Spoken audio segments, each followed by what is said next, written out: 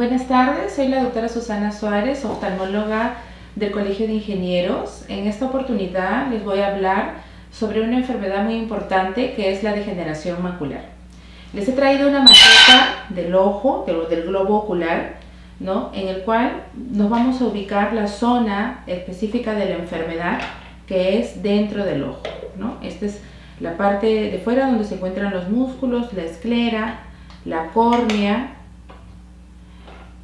la pupila, el iris, el cristalino, el cuerpo ciliar, que son las partes del ojo, y dentro y atrás, que es la parte neurosensorial, está la retina, y a nivel de la retina se encuentra a nivel de la mácula, que es la zona de mejor visión. Es en esta zona, en la retina posterior, es donde se va a desarrollar esta enfermedad. La degeneración macular relacionada con la edad seca. La degeneración macular está relacionada con la edad, es la causa más importante de ceguera en pacientes mayores de 60 años de edad en países desarrollados. Mayores de 75 años tienen una probabilidad 14 veces mayor de degeneración macular que aquellas que se encuentran entre los 43 y 54 años de edad. Entonces, la degeneración macular es una enfermedad del paciente adulto mayor. En cuanto a la epidemiología, la evaluación rápida de ceguera evitable, según la prevalencia de causas hecha en el Perú en el año 2011, revela que las principales causas de ceguera fueron las cataratas no tratadas en un 58%, el glaucoma en un 13.7%, la degeneración macular en un 11.5%, las que en conjunto constituyeron el 83.2% de las causas de ceguera en el Perú en el año 2011. En cuanto a la etiopatogenia de la enfermedad, o qué es lo que se produce dentro del ojo para que esta enfermedad se desarrolle, los eventos iniciales de la degeneración macular se desconocen, aunque existen algunas evidencias e investigaciones que involucran un estado de inflamación crónica. Dentro de ellos tenemos el envejecimiento, cambios a nivel de la circulación del ojo, a nivel de la retina, donde se encuentra la circulación, y el daño oxidativo que se acompañado de cambios biológicos característicos en el ojo a nivel de la neuroretina, que son estas capas que se encuentran en la parte posterior del ojo, ¿no? Donde la luz tiene daños a nivel de los fotorreceptores. Estos liberan radicales libres y produce un daño a nivel de las células de la retina, y por eso se produce la degeneración macular. Dentro de los factores de riesgo tenemos la edad, como bien dije, es una enfermedad que se presenta en personas adultas mayores. Personas mayores de 90 años son 10 veces de más riesgo que las de 50. Sexo, generalmente en pacientes mujeres. Historia familiar, o sea que papá o mamá tengan antecedentes de degeneración macular, también es un factor de riesgo importante. La raza, de acuerdo a ello, la melanina, de acuerdo a la raza, la melanina que se encuentra dentro de la retina funciona como un factor protector. El estilo de vida, ¿no? Pacientes que fuman, que toman, la nutrición y sobre todo la exposición a los rayos ultravioleta. Factores sistémicos como la presión arterial, arteriosclerosis, factores oculares como problemas refractivos, entre ellos las ametropías, y dentro de las ametropías, las hipermetropías, factores oculares como las cirugías de catarata y las terapias de reemplazo hormonal. Dentro de los factores genéticos, los sujetos con un familiar de enfermedad tienen un riesgo 3 veces mayor de desarrollar la degeneración macular. Por eso es importante, y en la diapositiva anterior estaba recalcado la historia familiar. Variante codificante común se ha encontrado, o polimorfismo en el gen del factor H del complemento C, y mutaciones en el cromosoma 1q31. Estos descubrimientos genéticos e indudablemente otros darán a los médicos las pautas, las posibilidades para estudiar el riesgo de degeneración macular de una persona, concretamente, lo que permitirá mejorar la prevención y o tratamiento de esta enfermedad productora de ceguera. Esta es la patología de la degeneración macular. Generalmente las lesiones se le llaman drusas, que se ubican a este nivel, a nivel de la mácula, que es la zona de mejor visión. Tenemos las drusas, las podemos catalogar o clasificar de acuerdo a su tamaño, a su morfología y a su extensión. Tamaño: pequeñas, medianas, grandes, lo que nos dará una clasificación de qué tipo de degeneración seca es. Pequeñas, el tamaño de las drusas menos de 63 micras, medianas de 63 a 125 micras y las grandes mayores de 125 micras. De acuerdo a la morfología, ¿cómo pueden ser las drusas? Duras o blandas. Las duras pueden ser pequeñas, nítidas, individuales, y las blandas pueden ser medianas, grandes, de apariencia amorfa, o sea que no son redonditas, pueden tener diferente forma, o agrupadas. Y en cuanto a la extensión, en número y área, ¿no? Porque la zona macular también tiene varias áreas: foveales, perifoveales. Mínimo o no extensivo, menor de 5, una drusa mayor es pequeña, menor de 20, la drusa avanzada es blanda, menor de 65, las drusas blandas son de distintas, y las moderadas o extensivas. Y el área característica, lo que caracteriza y que pronostica más importante para el empeoramiento de la degeneración macular, porque de acuerdo al área vamos a tener una disminución de la agudeza visual que va a empeorar la visión. Estas son los tipos de degeneración macular, ¿no? Las drusas, que son lesiones pequeñas, redondas, amarillas, que son estas de acá. Estas son las drusas duras. Las drusas blandas un poquito más difícil, un poquito más grandes, de bordes no definidos, coalescencias de las drusas blandas, ese es otro tipo de presentación, y las drusas calcificadas. Como ustedes ven, hay diferentes tipos de drusas, de formas, ubicadas a diferente nivel, pero siempre en la región macular. La patología de la degeneración macular seca son las drusas que producen una degeneración del epitelio pigmentario de la retina, hay una hiperpigmentación focal, lo que puede generar en una atrofia geográfica, y si eso sigue avanzando, en una membrana neurocoloidea, lo que nos va a originar una cicatriz disciforme, ¿no? La degeneración macular seca no exudativa, que es una forma de degeneración macular, y la degeneración macular húmeda.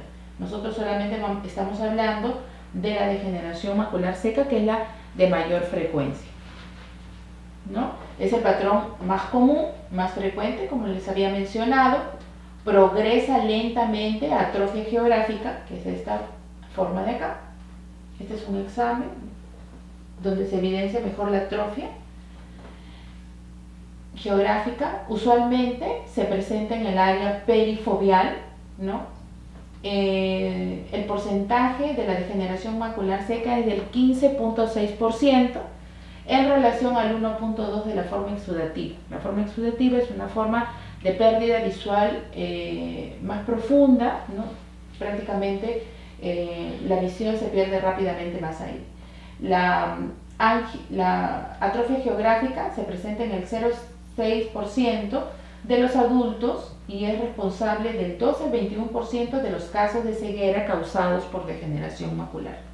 Este tipo de atrofia geográfica, ¿no? Cuando progresa la degeneración macular seca, de tener estos puntitos pequeños, a atrofia geográfica, ¿no? Y también, obviamente, eso va conllevando o lleva a una pérdida visual mayor.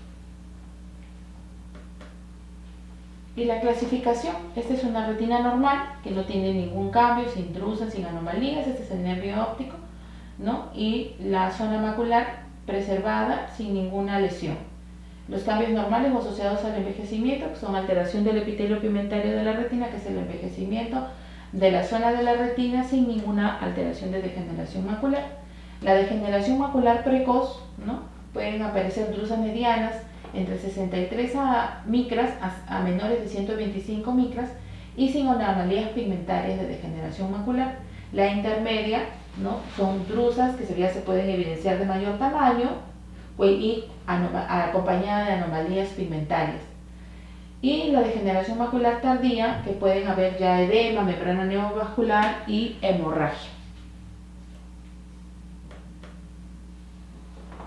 La clínica, los signos de sospecha, o sea, cómo puedo yo decir que estoy teniendo algún problema o alguna sospecha de degeneración macular, es la disminución de la agudeza visual progresiva o súbita. Progresiva, si es la primera parte, la degeneración macular seca, que está progresando atrófica, o súbita, cuando hay edema, hay hemorragia, ¿no? Hay una pérdida visual súbita que no mejora, porque lo primero que uno piensa es, ay, me bajó la visión, mis lentes deben de estar mal, sí, pues hace mucho tiempo no los corrijo, y van a la óptica y lo que se hacen es medir la vista. Lo que deberían hacer es todos los pacientes en general, de diferente edad, desde que son niñitos, tener una evaluación anual oftalmológica por el oftalmólogo, porque no solamente vamos a cambiar el lente, sino vamos a empezar por una agudeza visual, vamos a empezar viendo si tuvo una alteración, mayores de 40 años, presión intraocular, y si hay alguna alteración en la que nos hace sospechar que tiene algún problema a este nivel, porque si ustedes se dan cuenta es un nivel profundo del ojo en el cual no accedemos fácilmente, lo hacemos mediante una dilatación, de estar sospechando que hay alguna alteración a este nivel en la retina, en la parte profunda del ojo. Detección del escotoma central, ¿no? Que ven que la parte, porque la zona de la mácula es nuestra zona de mejor visión. Si nosotros vemos que esa zona de mejor visión tenemos que lateralizar el ojo para poder visualizar mejor o tratar de ver la imagen, entonces debemos estar sospechando que tenemos algo a nivel de la mácula. Detección de un escotoma central, como en esta imagen, ¿no? Que en la zona de mejor visión, donde deberían estar estos niños, veo una mancha sombreada. O también pueden haber alteraciones perifoveales, entonces pueden haber manchas en distintas perifoveales alrededor, como pequeñas manchitas, ¿no? En este caso, la más frecuente es la pérdida visual central, que puede ser absoluta o relativa. A veces veo bien, a veces como que no veo bien. En la exploración corregida de Ambler, después vamos a hablar de eso. La presencia de metamorfopsias, que son la distorsión en las formas, micropsias o macropsias, que son las alteraciones de la percepción visual, y dificultades, sobre todo en las actividades de la vida diaria, ¿no? Tales como cruzar las calles, dar la vuelta a la esquina, bajar escaleras, reconocer a la gente, no pueden leer o hay una disminución en la agudeza visual cercana, ver televisión y se nos va a hacer difícil identificar las monedas, etc. El diagnóstico, ¿cómo lo hacemos? Mediante la anamnesis, que es, como yo le digo, cuando van al oftalmólogo, primero hay una pequeña entrevista sobre cuáles son los síntomas, cuándo se presentaron, qué síntomas tienen, y de acuerdo a eso vamos nosotros generando nuestra evaluación clínica, ¿no? El examen clínico, que consta lo más básico, agudeza visual, y como les dije, si estamos pensando que ya es algo que es de la retina posterior, hacemos un fondo de ojo. Y los exámenes auxiliares es esto: la rejilla de Ambler, que son unas líneas formadas en pacientes con degeneración macular. Si yo miro al punto fijo, voy a ver que las líneas en la parte central no son rectas.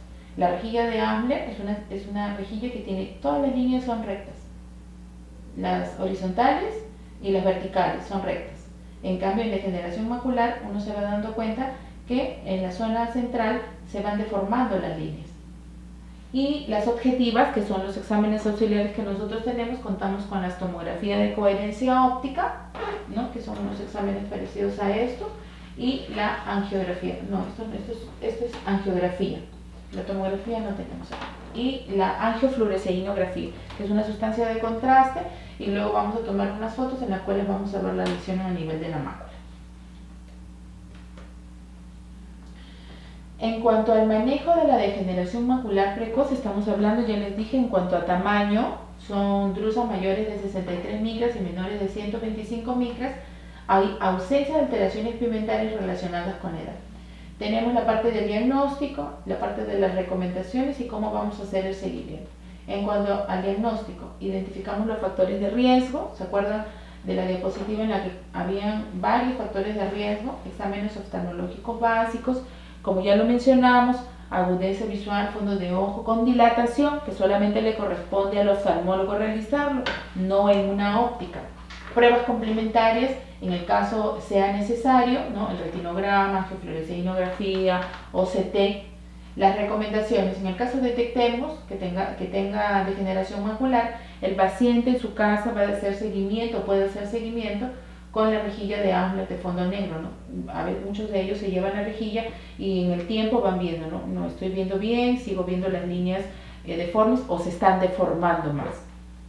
Corrección de los factores de riesgo, en este caso pacientes que dejen de fumar, que tengan una dieta saludable, rica en otros factores, la hipertensión, la obesidad y arteriosclerosis, en antioxidantes. Las dietas tienen que ser ricas en antioxidantes. Y el seguimiento, en pacientes que tienen una degeneración macular precoz, el seguimiento con el oftalmólogo es cada 12 meses, anualmente, en ausencia de manifestaciones clínicas que sugieran progresión de la enfermedad. Como les dije, hay pacientes que se llevan la rejilla porque es un papelito impreso, entonces van midiendo si va avanzando la enfermedad, si tienen mayor alteración de las líneas, si se van doblando más o tienen ya pérdida visual en forma más severa. Y la degeneración macular intermedia son drusas grandes, mayores de 125 micras, o cualquier alteración pigmentaria relacionada con la degeneración macular. En este caso también tenemos el diagnóstico, que es igual: identificación de los factores de riesgo, exámenes oftalmológicos necesarios, agudeza visual, fondo de ojo con dilatación, pruebas complementarias recomendadas, el OCT, retinograma, angiofluoresceínografía, tratamientos y recomendaciones: la rejilla de Amsler, dejar de fumar, dietas ricas en otros factores de hipertensión, obesidad, arteriosclerosis. En este caso ya se le indica al paciente antioxidantes, complementos nutricionales, que tengan luteína, zeaxantina, omega 3 según el estudio ARIS que se realizó, indicar consultas de urgencia si hay cambios bruscos en la visión. Y el seguimiento, en este caso, de tener una degeneración macular intermedia, donde las lesiones son mucho más grandes, los controles ya no van a ser anuales, sino cada 6 meses, para determinar la progresión de la enfermedad. Y en este caso ya tendría que ser derivada al especialista de retina, que es otro tipo de especialidad que trata directamente este tipo de patologías. Muy bien, eso es todo sobre degeneración macular. Estaremos próximamente con otros temas de su interés. Gracias.